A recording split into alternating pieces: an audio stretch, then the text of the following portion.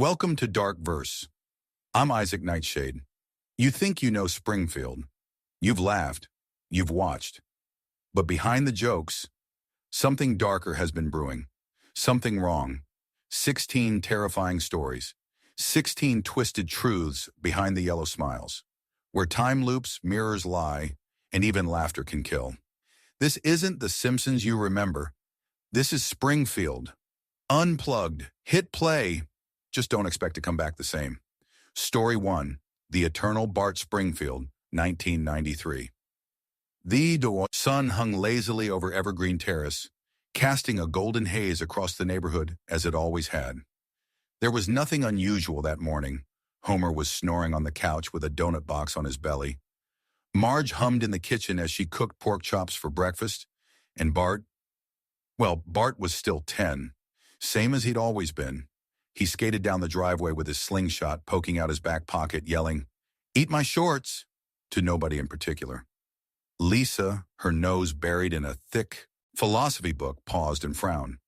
Has anyone else noticed Bart hasn't aged, like at all? Marge looked up from her pot. Well, neither have you, dear. You're still 8. Lisa blinked. Her fingers tightened on the pages. No, I feel like I've grown, like I've read more, seen more. But Bart, he's exactly the same.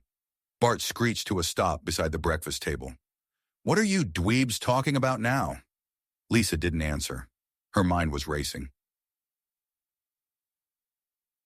It started subtly, like most horrors do. That week, Lisa began tracking every moment Bart spent. She jotted down his words, movements, even his homework, which never changed. He got the same grades, played the same pranks, rewatched the same itchy and scratchy episodes. He hadn't grown a single inch. One night, while everyone slept, Lisa sneaked into Bart's room. She opened his closet and found dozens of skateboards, all identical, same worn edges, same brand, all with the initials BS carved into them. But some carvings were fresher than others. Then she saw it, a pile of newspapers under his bed. Each one dated the same day, October 17th, 1993. The real date was April 2005. Lisa stumbled back. This isn't possible. That's when Bart opened his eyes. You weren't supposed to see that, Lise. His smile didn't reach his eyes. The next morning, Lisa tried to tell Marge, but Marge just kept chopping carrots with a smile that never blinked. Lisa tried Principal Skinner. He stared at her blankly and said, Bart Simpson has always been 10 years old. Please return to class. Even Milhouse didn't seem right. He followed Bart everywhere like a lost dog. Same outfit, same words. We're going to have so much fun forever, Bart. That night, Lisa found Bart in the attic. He stood by an old radio, whispering into it. She crept closer. Who are you talking to? Bart didn't turn. The ones who gave me this. The ones under the town. Lisa squinted. You chose this? Bart turned now. His face looked stretched. Too smooth. Like a plastic mask of his own face.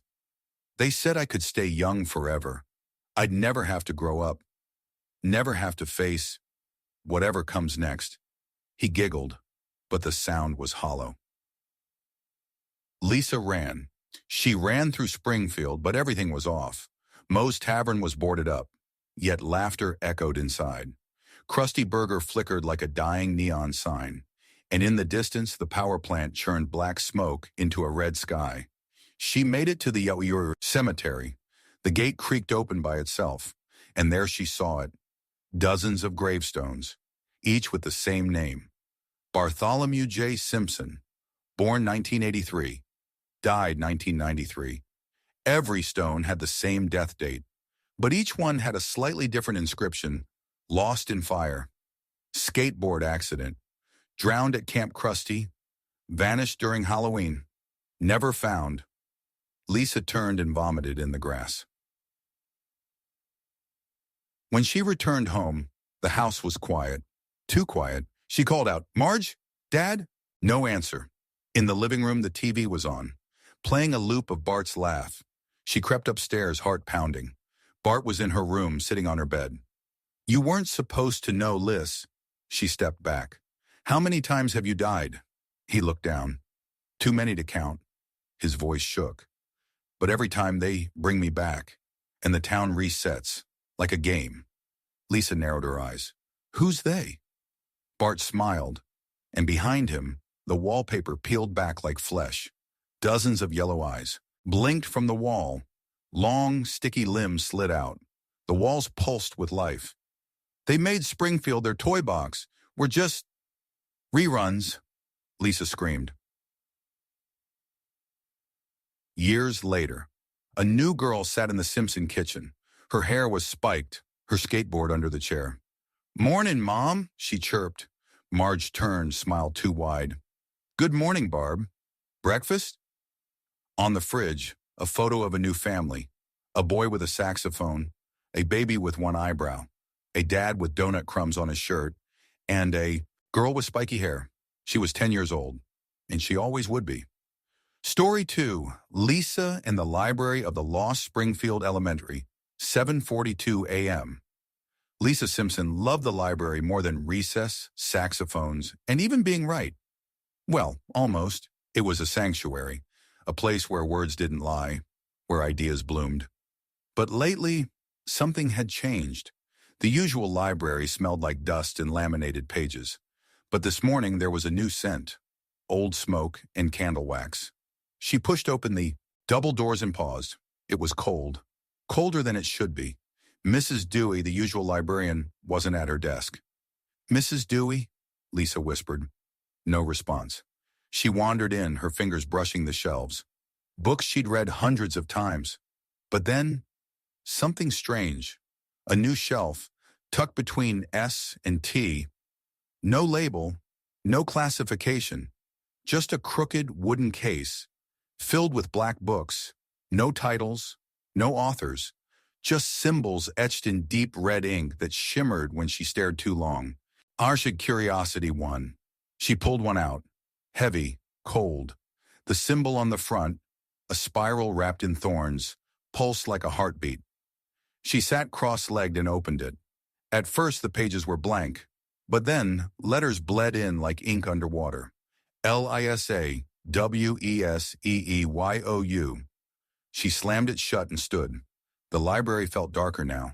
She turned to leave and realized the door was gone. Hours passed, or maybe minutes. Time twisted in that space. Lisa wandered deeper, into the rows, calling for help. But the library had shifted. The shelves grew taller, the books thicker. Some shelves had teeth. She passed a table where a copy of The Cat in the Hat sat open. Its words rearranged to read, "The cat came back, with claws this time." She turned a corner and gasped. There was a mirror freestanding, and in it, she saw herself, but older, with sunken eyes, smiling wide. "Don't read from the red ones," the reflection whispered. "They write you." Lisa backed away, and the mirror cracked. She finally found a staircase. It spiraled down, too far down for a school to have. She followed it, gripping the handrail, the air growing thick with whispers. When she reached the bottom, she found a massive domed chamber. In the center, a massive book rested on a pedestal, bound in yellowed skin. On its cover, a crude drawing of Springfield, burning. Lisa stepped forward. The whispers grew louder. She recognized voices. Principal, Skinner, Marge, Ralph Wiggum, Bart. "Lisa, finish the story." Her hands moved on their own, opening the book, and inside on were stories. Dozens, hundreds, each one titled after someone in town. Homer J. Simpson, The Fat Awakening. Ned Flanders, The Final Smile. Apu, The Price of Rebirth. Lisa Simpson, The Unwritten One. She froze. Her page was blank. The room shook. The whispering became screaming. Ink burst from the pages like tentacles, wrapping around her arms.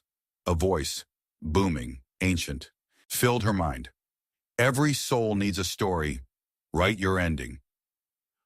Lisa screamed and tore herself free, grabbing a candle from the wall and setting the book aflame. The flames spread unnaturally fast. Shelves caught fire. Ink bubbled and screamed. She ran, up the spiral staircase, through collapsing shelves, past mirrors that showed her older, younger, non-existent. Finally, the exit. She burst out of the library into daylight. The real library stood behind her, untouched. Mrs. Dewey looked up. "Oh, Lisa, you're early today." Lisa blinked. "What? What day is it?" "Monday. You've been out all weekend. Fever, they said." Lisa turned. The dark shelf, gone. The black books, gone. But her hands were still stained with red ink. Later that night, Lisa sat on her bed trying to sleep. Then she heard it, a soft rustle, a whisper from the bookshelf. She turned on the light. A black book sat there, untitled. She picked it up. On the first page, a message. Appeared. "We're not done reading you yet. Story 3, The Donut Hole, Springfield, 4:16 a.m. The power plant was quiet, except for the soft hum of the core and the slow munching of a man on his 37th donut. Homer sat in the break room, powdered sugar coating his mouth, fingers, and shirt like a dusting of fresh snow. His eyes were glazed, distant. Lenny peeked in. Homer?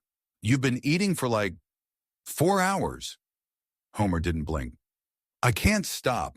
It's calling me." Carl frowned. "What's it, man?" Homer stared at the half-eaten jelly donut in his hand. The hole. It started 3 days earlier. A strange pink van pulled into town. No markings, just a glowing sign. The Donut Hole.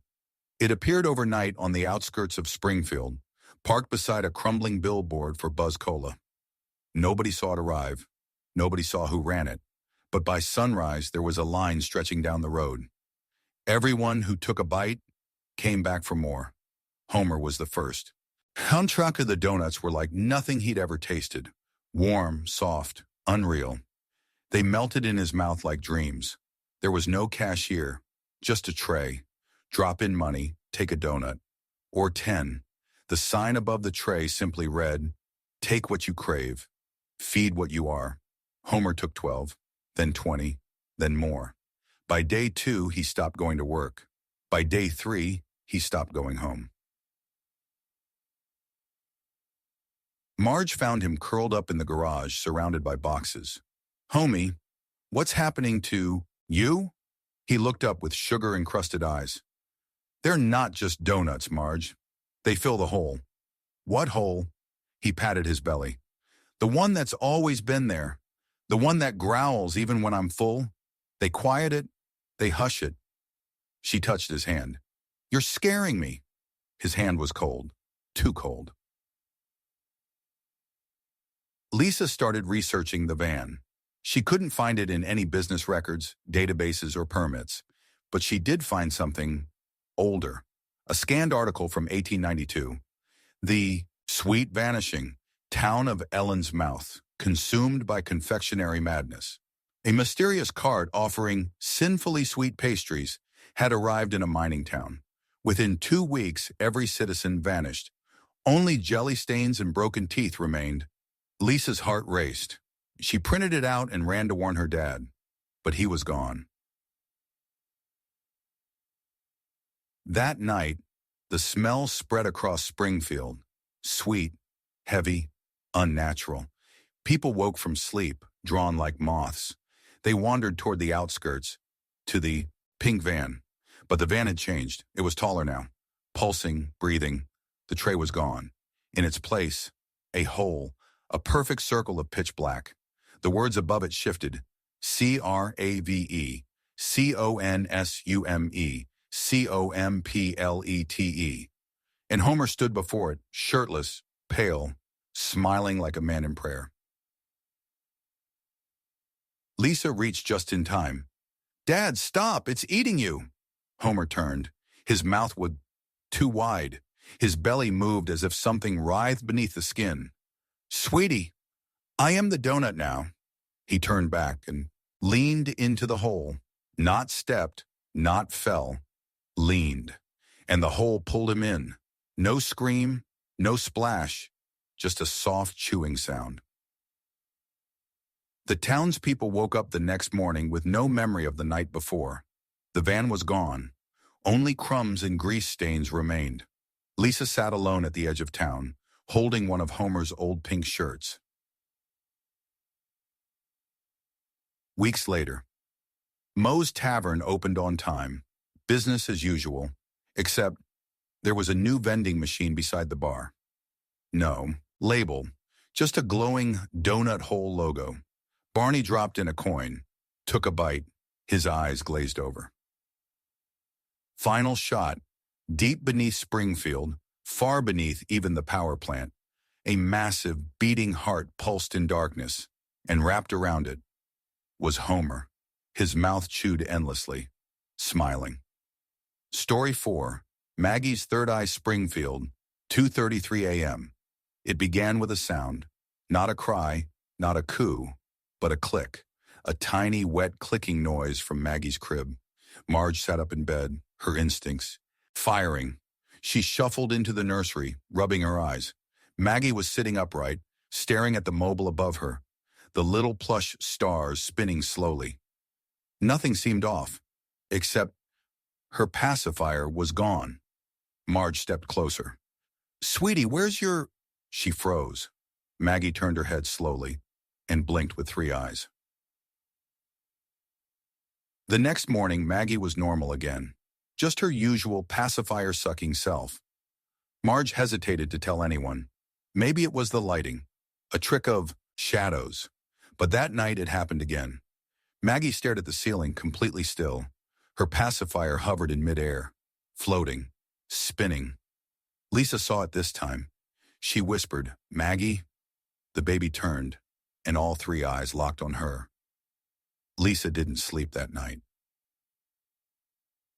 Lisa began researching third eye phenomena in infant ESP. She found ancient references to the Watcher children, born every 7 generations, carrying the eye of the veil, capable of seeing through dimensions. One scroll had a sketch. A baby, with a third eye in the center of its forehead, perfectly round, unblinking. Lisa turned to Maggie, sitting nearby on the rug with her blocks.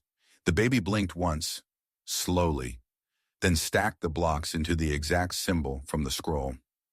Lisa dropped her laptop. Then the visions began.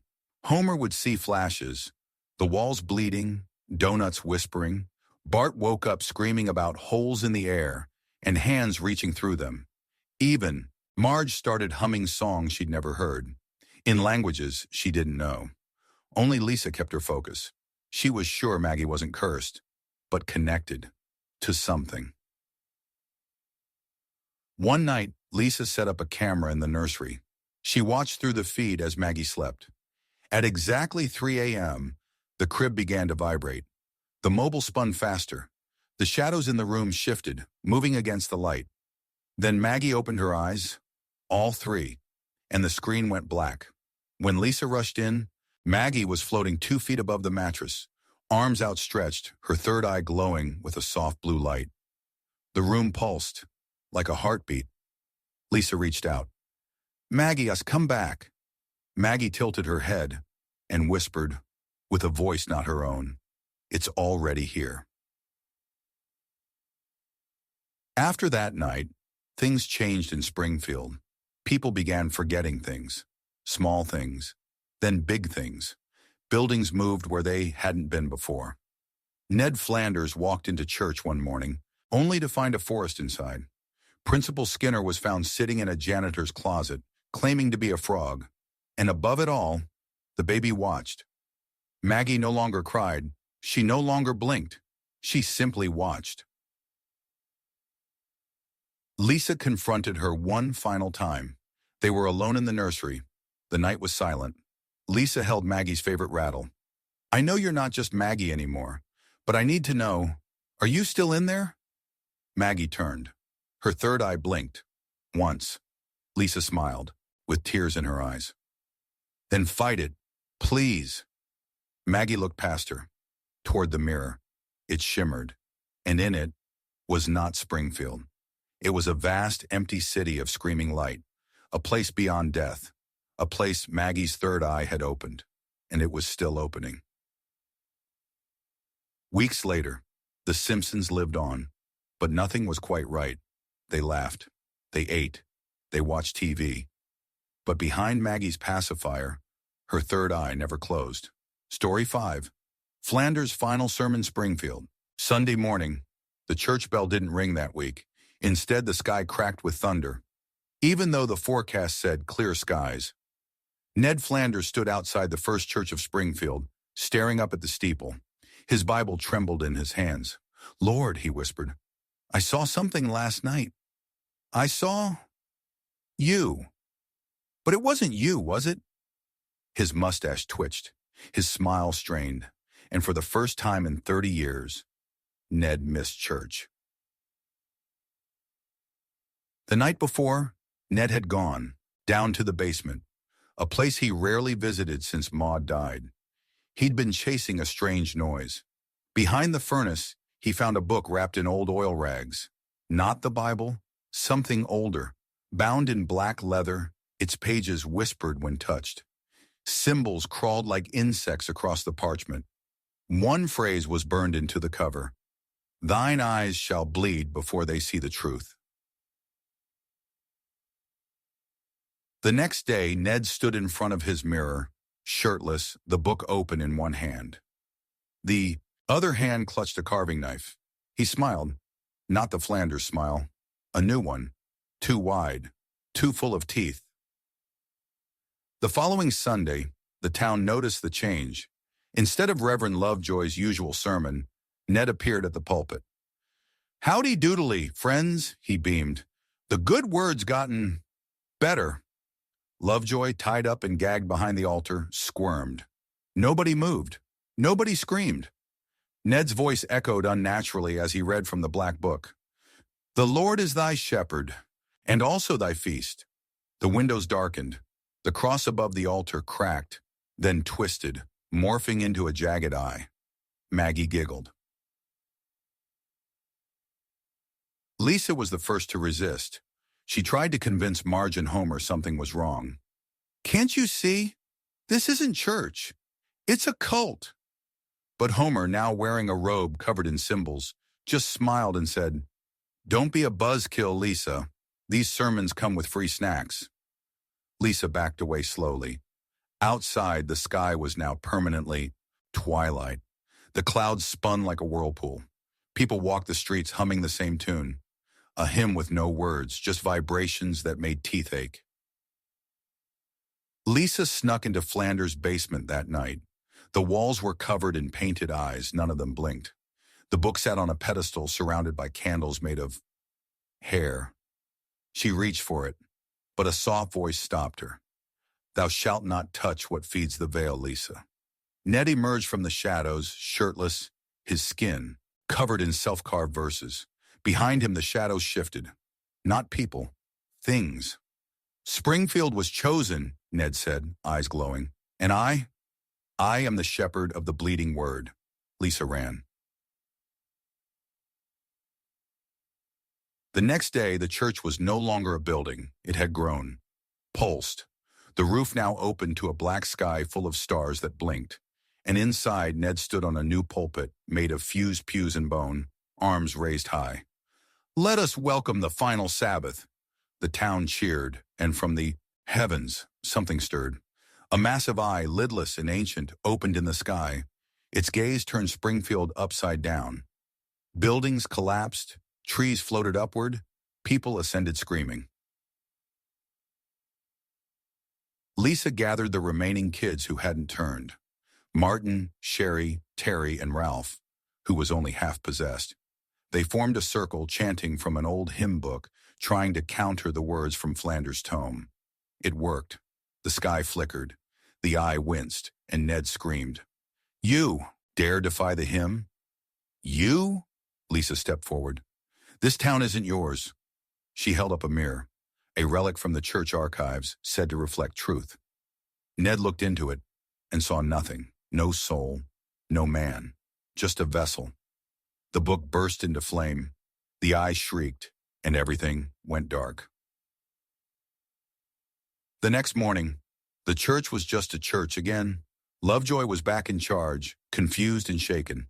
No one remembered the events clearly, except Lisa and Maggie, who pointed at the sky and giggled. And Ned? He wasn't seen again until weeks later, when a new church opened on the edge of town. Its sign simply read, "The Last Sermon," led by Ned, and the door never closed. Story 6, Millhouse Must Die, Springfield, October 12th. It was a normal day, or at least it seemed like one. Bart threw a water balloon at Principal Skinner from the rooftop. Lisa lectured her science class on climate change. Homer crushed a beer can with his forehead. And Millhouse Van Houten died, hit by a speeding Buzz Cola delivery truck while chasing his glasses into the street. The town mourned. Even Bart cried, quietly, alone. But the next morning, Millhouse was back, at school, sitting beside Bart, laughing like always. "Want to prank Mo later?" Bart dropped his pencil. "But you're..." Millhouse blinked. "What? Did I get cooties again?" At first, Bart thought it was a dream, or some long-delayed prank, but Lisa confirmed it. "Millhouse was buried. I went to his funeral. We all... Did yet here he was. Same squeaky voice, same red glasses, same pathetic attempt at coolness. Only one thing was different. He couldn't remember dying." The next night, Millhouse died again. This time, he slipped in the Quickie Mart and cracked his skull on the tile. Dead again. The next morning, back at school. "Hey, Bart, want to ditch math class?" Bart stared, pale and shaking. "Millhouse, you died again." Millhouse just smiled, scratching his head. "You always say the weirdest stuff, dude." It kept happening. Electrocuted by a faulty street lamp, mauled by Santa's little helper, possessed maybe, sucked into a vacuum cleaner during one of Homer's cleaning fits. Every time he came back, same age, same voice, same smile. Bart stopped sleeping. He tried warning others, telling Lisa, telling adults. Nobody believed him, except Maggie, who watched silently and pointed toward Millhouse every time he entered the room. Bart decided to test it. He set up cameras. He asked Millhouse questions only the real Millhouse would know. And still, nothing changed. Until the 8th death. Millhouse hesitated. When Bart asked him what his favorite flavor of squishy was, he paused. Cherry? No, blue." Millhouse had always been a die-hard Lyman Freeze fan. Then Bart noticed something else. Millhouse wasn't blinking. Not once. Bart confronted Lisa. "He's not Millhouse anymore." Lisa looked terrified. "Then what is he?" They snuck into the school records office that night. Inside Millhouse's file was something chilling. Cause of death, ongoing. Status, reinserted. Authorized by SDP. "What's SDP?" Bart asked. Lisa whispered, "Springfield Data Preservation." They had never heard of it, but someone, or something, was keeping Millhouse alive. That night, Bart followed Millhouse home, but he didn't go to his house. He walked, straight-faced, glassy-eyed, to the Springfield cemetery and crawled into his own grave. Bart watched in frozen horror as dirt unmoved swallowed him whole. Then the wind whispered, "Best friends never leave." Bart ran. He ran all the way home. He locked his doors, boarded the windows, but by morning there was a knock at his bedroom door. Millhouse stood there, smiling. "Want to play, Bart?" His voice echoed in 2 tones, one human, one older, deeper, ancient. The next day, Millhouse stood at Bart's side during recess, laughing and joking like always. Bart wasn't there. Only a cardboard cutout of him in class. Lisa watched silently from across the playground and saw Bart's grave appear beside Millhouse's that night. freshly dug. 1 week later, Milhouse sat alone on a swing set. He turned to the empty seat beside him. "Want to prank Mo later?" He paused, smiled, and whispered, "Maybe you'll be back tomorrow." Story 7. Marge in the Mirror. 742 Evergreen Terrace, 6:03 a.m.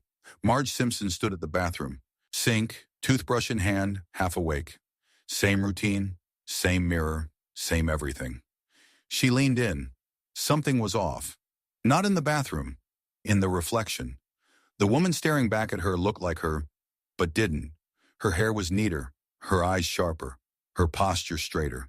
She smiled wider. Marge blinked, leaned closer, and the reflection mouthed something, not in sync.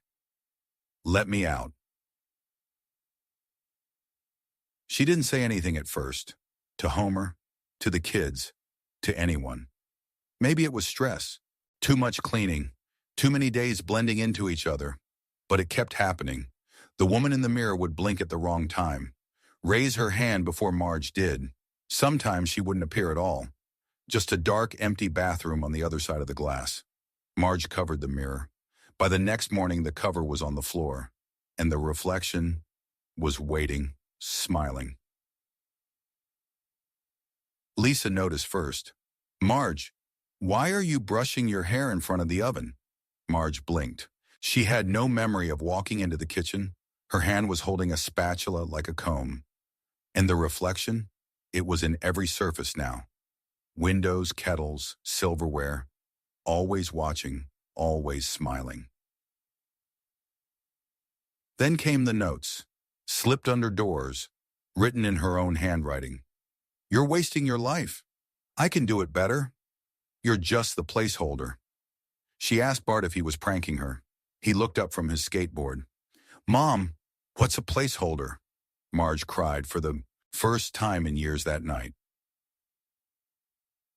The next time she looked in the mirror, the reflection spoke aloud. Same voice, slightly richer. "Marge, don't be scared. I'm not here to hurt you. I'm here to replace you." Marge shook her head. "You're not real." "Oh, Marjorie," the mirror woman chuckled. "You're the least real thing here." Lisa tried to help. She set up cameras in the bathroom, tried to catch the reflection misbehaving, but the footage never recorded anything. Just static where Marge should have been. Until one night, the screen lit up. The reflection stepped out of the mirror. She walked into the real room, and Marge disappeared from frame. The next morning, nobody noticed a difference. Marge cooked breakfast, did the laundry, kissed Homer on the cheek. But Lisa noticed something. The pancakes were perfectly shaped. The living room was too clean. The way Marge smiled was too wide, and her eyes didn't blink, unless you looked directly at them. Lisa confronted her in the kitchen. "You're not my mom." Marge tilted her head. "Why would you say that, sweetie?" "I know what stepped out of the mirror, and I want her back." Marge's smile froze. "She's gone. You have me now. Isn't that better?" "I don't complain. I don't tire, and I don't age." Lisa backed away slowly. That night, Lisa snuck into the bathroom. She brought a shard from the broken kitchen mirror, a relic from her past research on mirror folklore. She whispered the old rhyme she'd found. "Mirror bright, hold her tight. Return the one who guards the light." The reflection flickered. Real Marge appeared, eyes wide, hands pressed against the glass from inside. Behind her, the imposter loomed. Lisa shattered the glass. Marge collapsed onto the bathroom floor, gasping. The mirror reformed, seamlessly. Inside, the imposter raged silently, pounding her fists against the glass. Trapped, for now.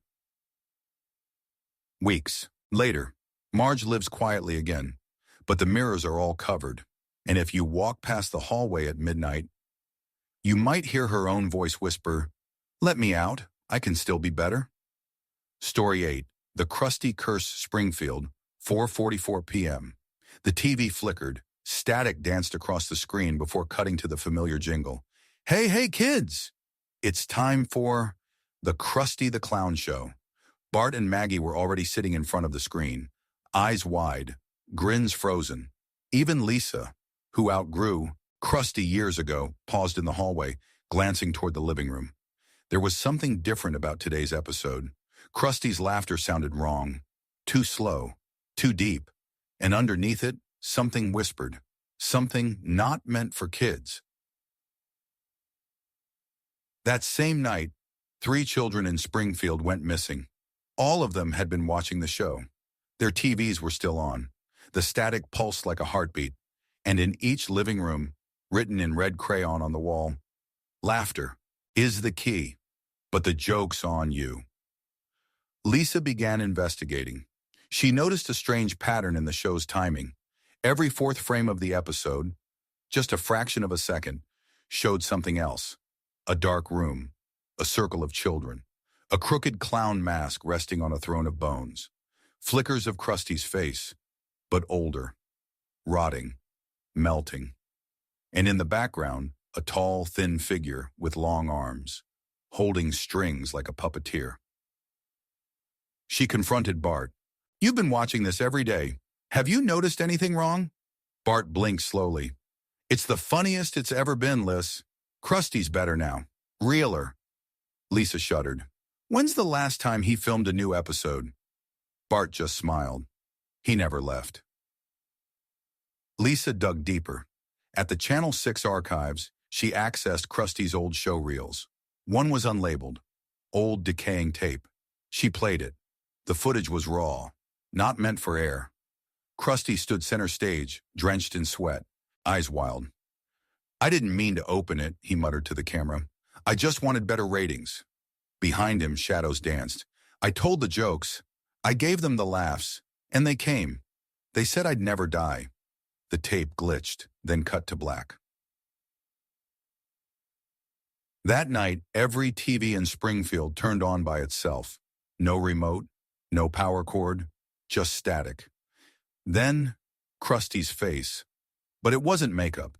It was something wearing his skin. Hey, kids," it growled. "Tonight's episode is forever."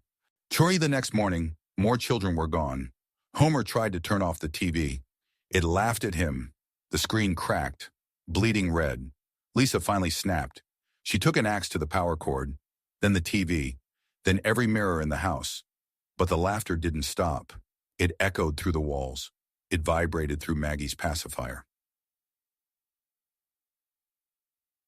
Lisa tracked down Sideshow Mel, now in hiding outside town. He hadn't spoken in years, but when she showed him a screenshot of the new, Krusty episode, he wept, then whispered, "He made a deal." "What kind of deal?" Mel looked up, hollow-eyed. "The kind that keeps you funny forever. As long as someone's watching, someone's laughing, the curse spreads." Lisa asked, "So how do we end it?" Mel opened his coat and handed her a VHS tape. "This one was never aired. The joke is too good. It kills the laugh." Lisa inserted the tape into the last working player in town, at Springfield Elementary's AV room. She broadcast it across the school. Krusty stood alone on stage, silent, no jokes, just him slowly taking off the makeup. Underneath was nothing. No face, no skin, just emptiness. And then he said, "What's black and white and red all over?" Pause. "This town?" And smiled. The TV shattered. The laughter stopped, and the power in the building died. 2 days later, the missing children returned. They didn't remember anything, only vague dreams of a circus, of strings, of being watched. Channel 6 replaced Krusty with a gardening show. But on cloudy nights, TVs flicker for a moment, and Krusty's voice echoes faintly. Hey, just once. Then silence. Story 9, Seymour's Basement, Springfield Elementary, 6:06 p.m. The school was silent. Classes were long over, janitors gone, halls dimly lit by flickering emergency bulbs. But Principal Seymour Skinner was still there. In his office, staring at the wall behind his filing cabinet. He reached into a drawer and pulled out a rusted key labeled B1. He hadn't used it in years. But tonight, Something down there had started moving again. Earlier that day, Ralph Wiggum had vanished. 1 second he was drawing a cat with 5 legs. The next, gone. No one saw him leave. No cameras, no signs. Just a trail of crayon marks leading to the janitor's closet. Lisa investigated. She noticed something strange. The floor was warmer near that closet, almost pulsing. She placed her ear to the wall. She heard humming, not electricity, a lullaby. That night, Skinner descended. He unlocked the janitor's closet and lifted the false floor panel beneath the mop bucket. Stairs spiraled down into blackness. He lit a lantern and whispered to himself, "Forgive me, Mother." Below the school was a sub-basement, long forgotten. Built during the Cold War era, it was intended to be a shelter, but Skinner had repurposed it. After Vietnam, after Maud died, after the town grew too strange. He called it the Wishonli Archive. Inside were dozens of lockers, each sealed shut, each labeled with the name of a student who had once misbehaved. Lisa followed him. She'd rigged a tracker into his coat earlier that week. Something about Skinner had always felt too tightly wound. Now she crept behind him, silent as a shadow. She watched him open a locker labeled Nelson M. Inside, a half-finished mannequin with real teeth. It blinked. Lisa gasped. Skinner spun around. "You shouldn't be here, Miss Simpson." "What is this place?" she demanded. Skinner's face twitched. "It's where I keep the difficult versions, the ones who didn't belong, the ones the school couldn't handle." He gestured to a wall lined with photos, alternate class photos, each with the same kids but different expressions. In one, Milhouse had no eyes. In another, Bart smiled with 3 rows of teeth. In one, Lisa herself stood with her mouth sewn shut. Lisa backed away. "You cloned us?" "No," Skinner said softly. "I corrected you." The humming grew louder. They turned. A massive vault door at the end of the hall slowly creaked open. Steam hissed out. Inside was Locker 0, and from it stepped Agnes Skinner. Only she was wrong.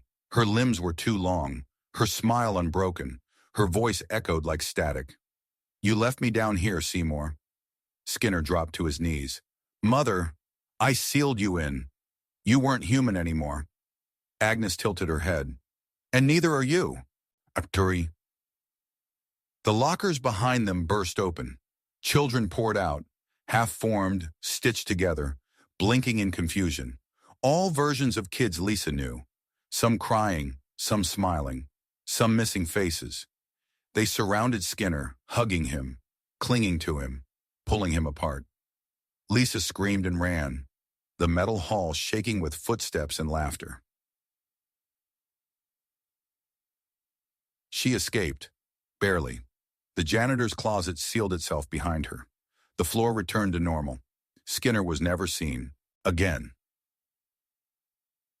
Weeks later, a new principal arrived, young, friendly, smiling too much. Lisa tried to explain what happened. Nobody believed her, until the day she opened her locker and found a photo of her class. Only every student, including her, was smiling with blank white eyes. And in the background, behind the teacher's desk, Principal Skinner, smiling, mouth sewn shut. Story 10. The Springfield Sinkhole, Main Street, Springfield. 5:17 a.m. It began with a soft tremor, not a near earthquake, just a gentle ripple through the pavement. The birds scattered. The clocks paused for exactly 1 second. And then, a sound, a deep, wet groan. By morning, a perfectly round sinkhole had opened in the center of town, right where the statue of Jebediah Springfield once stood. The statue was gone. No rubble, no trace, just a black, endless pit. The town gathered around it. Chief Wiggum poked at it with a broomstick. No bottom. That's got to be illegal. Professor Frink dropped a probe with a light. It fell for 92 minutes before the signal cut out. Lisa stood at the edge, arms folded. "It's not a sinkhole," she whispered. "It's a mouth." Bart leaned over it. "Bet I can spit a loogie into infinity." The moment his spit vanished into the darkness, the ground hummed. Everyone backed away. Later that week, the whispering started, only at night. Soft at first, like wind or static, then clearer, voices, calling names. Marge, Lisa, Homer, Bart, always in that order.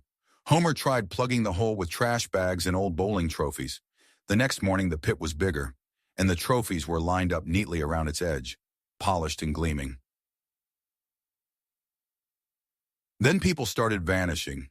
Apu, last seen walking home from work. Lenny, swallowed during a smoke break. Groundskeeper Willie, dragged screaming mid-rant about ancient Scottish gods.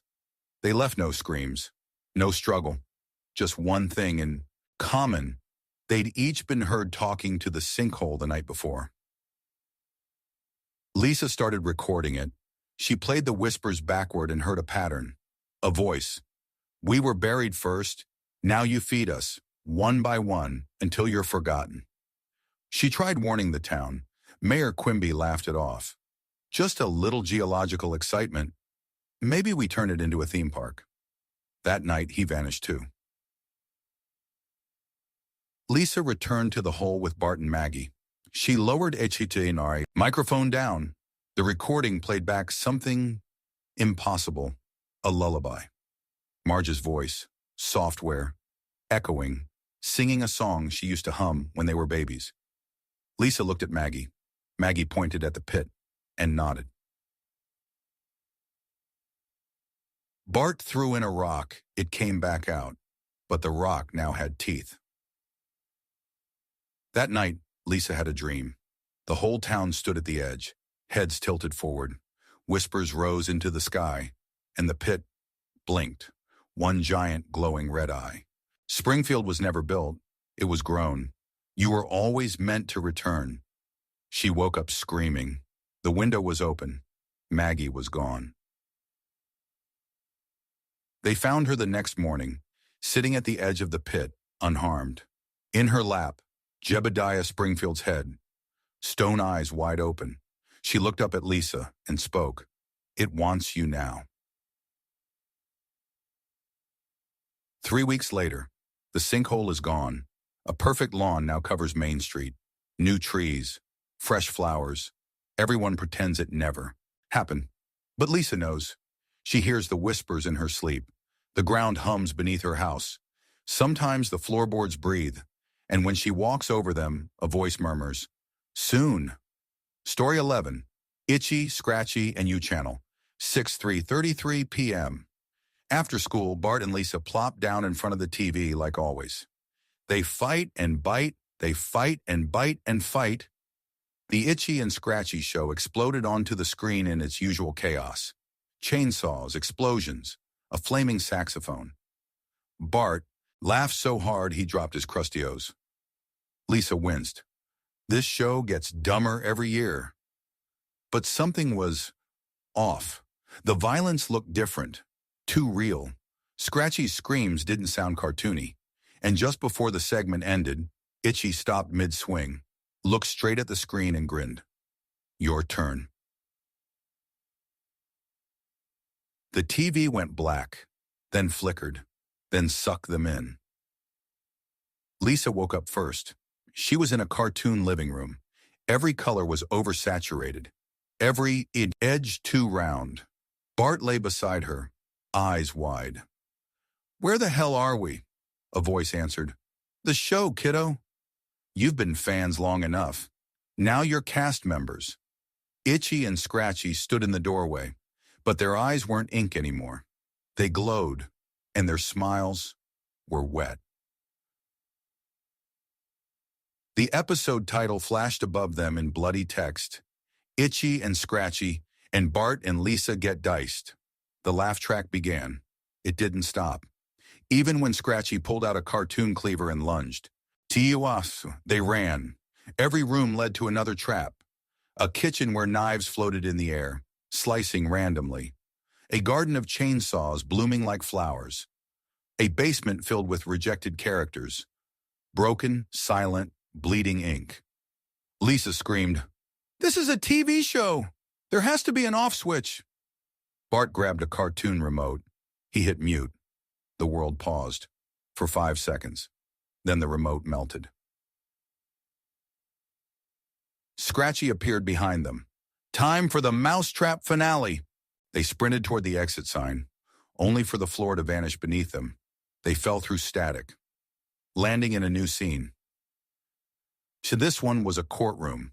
Judge Krusty the Clown, prosecutor Poochie the Dog, defendant Lisa.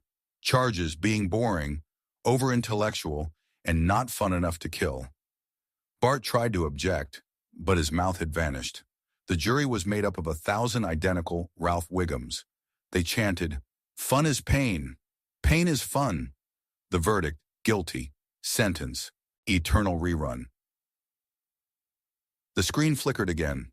Back to the house, back to the start. Same living room, same song, same line. "They fight and bite and fight and bite," Lisa whispered. "We're stuck in a loop." Bart picked up a frying pan. "Then let's break it." They cornered Itchy in the kitchen and cracked the pan across his skull. He exploded in a fountain of red ink. But as the ink pooled, it formed another Itchy. Then 2, then 6. Lisa screamed, "They respawn!" like a cartoon. "Episode." "Exactly," a new voice said. They turned. It was Scratchy, but older, covered in stitches, one eye missing. "You can't win," he rasped. "You're the guest stars. We're the IP nonoi." But then Lisa saw it. In the corner of the frame, a boom microphone, an animator's hand, trembling, sketching the scene. "The animators!" She lunged for it. Her fingers pierced the wall. She tore through the set, revealing a blank storyboard underneath. Lisa grabbed Bart's hand and jumped through the tear in the frame. They landed back in their living room. The TV was off. Bart was bleeding from the nose. Lisa's shoes were still cartoon pink. The Itchy and Scratchy episode never aired again. Instead, that time slot now showed nothing, just static. But if you stare long enough, Itchy and Scratchy smile back and whisper, "We're still fighting. You just stopped watching." Story 12, Grandpa's last story, the retirement castle, 7:01 p.m. It was taco night, again. Abe, Grandpa. Simpson sat in his creaky chair, surrounded by half-listening residents and a nurse scrolling through her phone. He adjusted his blanket and cleared his throat. "Did I ever tell you about the night Springfield turned inside out?" Everyone groaned. "Was back in 46, or maybe it was 58. Might have been a dream, but it happened. I saw it." No one paid attention, except Lisa, visiting with Marge, half bored but half curious as always. "What do you mean inside out?" she asked. Abe leaned forward, eyes clearer than they'd been in years. "I mean the sun rose from the ground. The sky dripped black ink, and folks stopped casting shadows because their shadows got hungry." Lisa raised an eyebrow. "Sounds poetic." Abe chuckled. "It starts with a story, sweetie. Then comes the mirror moon." That night, Lisa dreamt of a second moon, pale upside down, with a surface that shimmered like broken glass. She woke in a sweat and saw it was still there, hovering low over the town, like a crack in reality. The real moon was still in the sky too, but the second one was closer, watching. By morning, Springfield began to shift. Clocks ran backward. Dogs barked in Latin. Newspapers printed yesterday's obituary with tomorrow's date. Moe's Tavern was upside down. Comic book guy wept, claiming a voice inside his head was spoiling every ending of every story ever, even ones he hadn't written yet. And the shadows, they moved without their owners. Bart's cast its own middle finger. Ralph's asked Lisa to read it bedtime stories. Abe just smiled. "Told ya." Lisa begged him for answers. "What's causing this? How do we fix it?" Abe pulled out an old yellowed notebook. "This here's the ending book. Been in the Simpson family since the 1800s. Belonged to Silas Q. Simpson, town gravekeeper and part-time time collector. Lisa opened it. Inside were scribbled entries, all predictions, and everyone was coming true. March 2nd, the sun will forget how to rise. March 3rd, people will start repeating words. Repeating. March 4th, the girl will break the loop or become it. Lisa blinked. Wait, girl? That's me? Abe nodded. You're the last page. Outside, Springfield unraveled. Skinner floated above the school, chanting palindromes. Krusty dissolved into static. The sky turned a deep purple, swirling around the second moon, which had begun to crack open. From inside it fell paper. Thousands of pages, all covered in Abe's handwriting, and a voice echoed through the air. Grandpa's voice, deeper now, layered over itself. This story ends when you finish it, or it finishes you. Lisa returned to Abe's bedside. He was shaking, holding the last blank page of the notebook. I can't write it, he said. I never learned how to end things. Lisa grabbed a pen. She looked around. Reality was crumbling, buildings fading, people flickering like bad TV reception. She began to write. The world reset. The story folded into itself. The moon closed its eye, and Grandpa finally slept. She looked at Abe. He smiled softly, then closed his eyes. The second moon vanished. Shadows returned to their owners. Springfield felt normal. But from that day forward, every clock in town ran 2 minutes slow, and on the 13th of every month, Abe's chair rocked on its own. Lisa once checked under the cushion. She found a note. One more story left, kiddo. And this one's yours of him. Story 13. Duffman Never Dies, Springfield Stadium, 8:08 p.m. The crowd roared as fireworks exploded above the Duff beer stage. Duffman burst through the foam cloud, glitter raining down, pelvis thrusting like a piston. Oh yeah, time to chug and cheer, Springfield! The crowd went wild. Even Bart cheered from the nosebleeds. Lisa rolled her eyes. This is just corporate manipulation. Homer, already 5 beers in, shouted, Let the man gyrate, Lisa! But something strange happened that night. After the show, Duffman collapsed backstage. Heart attack. Pronounced dead at 8:31 p.m. Springfield mourned for 12 hours because the next day, Duffman came back. Not a new guy in the costume.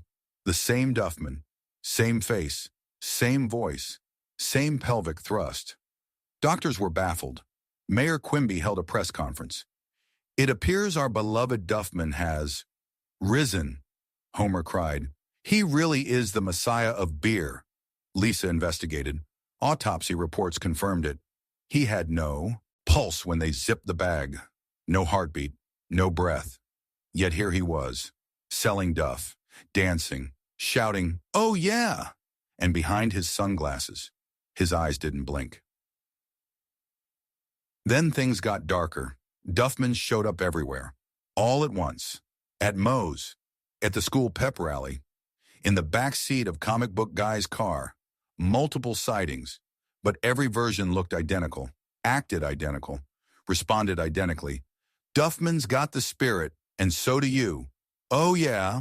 When Lisa asked one what his real name was, he froze. For a second. Then his smile stretched too wide. I was Troy. But Troy got tired. Now I'm always Duffman. Then came the night Springfield blacked out. All power gone. The only light? Red neon. From the brewery, the Duff factory blazed with life, and the Duffmen marched out. Dozens of them. Clones, spirits, machines. No one knew. They filled the streets, handing out beer, hugging strangers. But the hugs grew too tight, too long. One man's ribs snapped in Duffman's embrace. Duffman loves you. To death. Oh yeah! Lisa snuck into the factory. The production line was empty. No employees, no security, just vats. And in each vat, a floating body, dozens of former Duffmen, decayed, drowning in beer. She screamed, then heard a voice from behind. You weren't supposed to see the fermentation chamber, little lady. She turned, a Duffman. But this one was older. Stitches up the arms, eyes glowing red. He raised a beer can, not to drink, to strike. Lisa ran, fled into the control room. There she found the source code. Not a brewing schedule, a personality program. The Duff Corporation had digitized the original Duffman, used it as an AI to generate infinite versions. Every Duffman since 1998 had been built off the same dying brain scan, and now it had taken over the brewery. Lisa shut it down, or tried. The monitors blinked. Duffman cannot be canceled. Duffman is the brand. You are the commercial break. The screens all showed her face, with a mustache and sunglasses. Lisa screamed. Unplugged the system. Everything went dark. The next morning, no more Duffman in the streets, no sightings. The factory was silent, burned down. Lisa thought it was over, until she opened the fridge. A single Duff can sat on the shelf, frosty, fresh, and from inside the metal, Duffman is forever. Story 14, Lisa versus the Enlightenment Springfield Library, 2 a.m. Lisa sat cross-legged between shelves, reading by flashlight. Every other kid was asleep, but not her. Not when she was so close. She had read every book in Springfield's public and school libraries, and most of the universities too. She wanted to understand everything, and tonight she was starting a new one. A book she found hidden in the sealed basement of the library, bound in velvet and sealed with gold wire. Title, The Whispering Equation. No author, no publisher, just a warning carved into the back cover. When the mind opens too far, it never shuts again. The first chapter read like math. The second read like music. The third, it spoke to her, literally, not aloud, but inside her. She could feel it in her bones, like her skeleton was humming. By the seventh chapter, Lisa's pupils had dilated so wide her eyes turned black. She whispered formulas that changed the weather. She blinked and saw sound. She breathed and tasted thoughts. The enlightenment had begun. At first, it felt like power. She floated an inch off the ground. She answered every question before it was asked. She corrected Mr. Bergstrom's theories before he returned to town. Even Bart grew scared. He found her staring at the wall one night, eyes glowing, whispering in languages that made the lights flicker. Lisa, he said, what are you doing? She turned slowly, a smile too calm. Remember when I wanted to play saxophone forever? I found the frequency that is, forever. Your Springfield started changing. Words fell out of books. People forgot how to read. The sky flickered, like reality had bad signal. Time rewound during class. Kids lived Monday twice. Trees bent toward Lisa as she walked. Maggie pointed at her and cried, not baby crying, adult screaming from a baby's throat. Lisa no longer slept. She floated over her bed, muttering. Her skin had begun to shimmer, a mix of pixels and stars. Marge begged her to stop. Sweetie, this isn't you anymore. Lisa tilted her head. You're right, Mom. I'm more. She built a machine in the basement. Wires, brass rings, tuning forks made of bone. She called it the final thought. She said it would finish the equation, solve everything. Homer offered to help. She touched his forehead, and he remembered every mistake he ever made in 1 second. He screamed until his hair turned white. Lisa activated the machine. It hummed with light, spun with logic, then paused. The book whispered from across the room, one more number, Lisa. One more thought. One more moment. And Lisa saw it. The answer. Not to math, not to life, to everything. And it was empty, a vast, endless blank. Beyond time, beyond form. A scream without sound. A God that forgot itself. A joke without a punchline. Lisa collapsed. The machine shut down. She awoke days later in her bed, the book gone, the sky normal. No one remembered what happened, not even her. But sometimes when she closes her eyes, she still sees it, and she whispers. The final thought was silence. Story 15. The day Mo smiled. Mo's Tavern, 11:59 p.m. Rain tapped the windows. The bar smelled like sweat and broken dreams. Mo wiped down a glass he'd already wiped 10 times. Homer snored in the corner. Barney was passed out under the jukebox. Nothing unusual. Mo leaned on the bar and muttered, "Just once, I want to be happy." At that moment, the lights flickered. The jukebox clicked and played a song Mo had never heard. Smile wide, stay bright, let the grin last all night. He blinked, then smiled. Not his usual smirk, a wide, childlike, pure smile. The next morning, Mo was still smiling. When Lenny and Carl walked in, he greeted them with sunshine in his voice. "Good morning, gentlemen. Beautiful day to be alive." They froze. Carl whispered, "Is he drunk?" "No," Mo said. "I'm free." He served drinks, made jokes, gave free peanuts. Homer cried, "I don't like this, Marge. Mo's supposed to be sad. He's our sadness guy." That night, Lisa visited to see it for herself. She watched from the doorway. Mo was dancing behind the bar, whistling. She noticed something odd. His smile didn't move. His lips were stuck, stretched, almost sewn in place. She stepped closer. "Mo, are you okay?" He turned to her, and his eyes were leaking tears, but the smile remained. "I'm perfect." By the weekend, others started smiling too. Barney was clean-shaven and cheerful. Apu handed out squishies while humming. Mr. Burns whistled a tune from Mary Poppins. All of them had the same unnatural grin, same blank cheer, same soulless joy. Lisa investigated. She traced it back to the jukebox. It was still playing the same tune. "Smile wide, don't fear, we'll all be happy here." She unplugged it. It kept playing. She smashed it with a chair. It bled. Not wires, not oil. Teeth. Achapnan, Lisa ran to warn the town. But it was too late. Smiles everywhere. No frowns, no sadness, no arguments. Even Bart smiled, his eyes wide, empty. "Everything's perfect, Liz. You should smile too," she screamed, ran home. But Marge met her at the door, smiling, holding a toothbrush. "Let's clean those teeth, sweetie."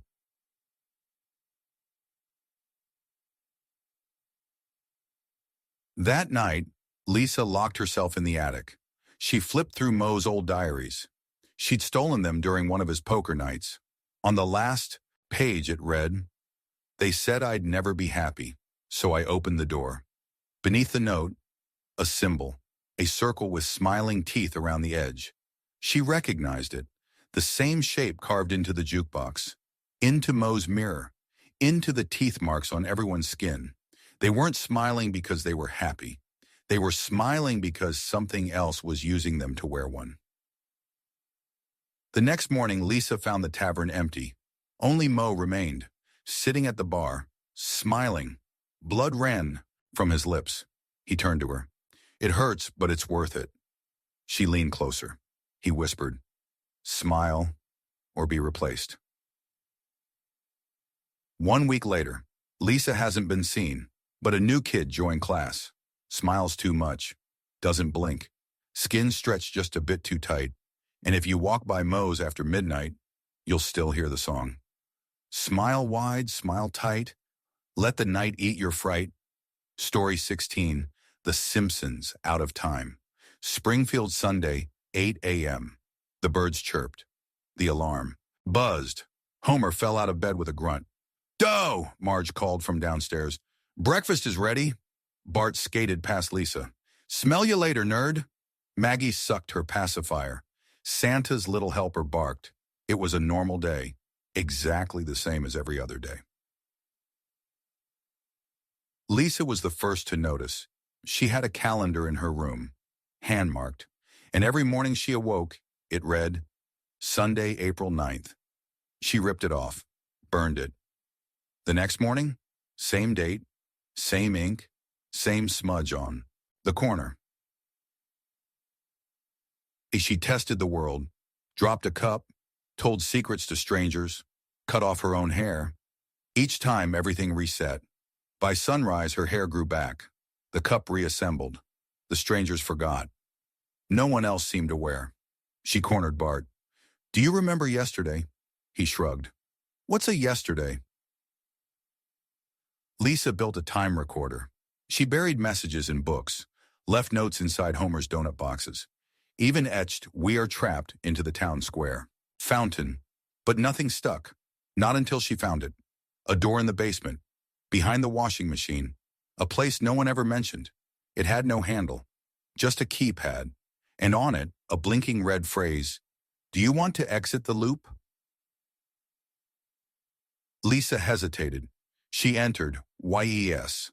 The door slid open, darkness beyond, and inside, another Springfield. Empty, frozen, dusty, tens of thousands of identical houses, each one labeled 742 Evergreen Terrace.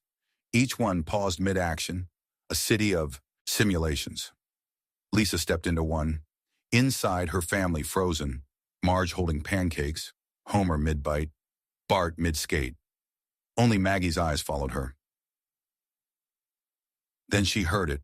Footsteps. Not real footsteps. Clips. Like film being cut and spliced. A figure emerged. Not human, not machine. A projectionist. With a face made of static and reels for hands. "You were never meant to know." Lisa backed away. "What is this?"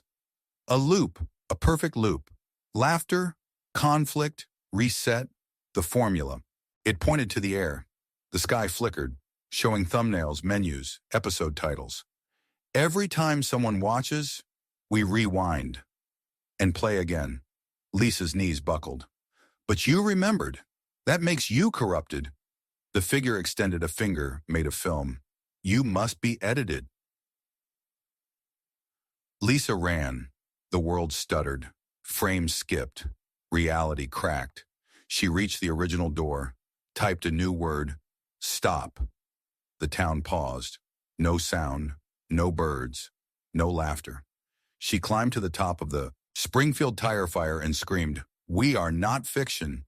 And then, everything changed. April 10th. For the first time ever, the calendar changed. Lisa woke up to birds she didn't recognize.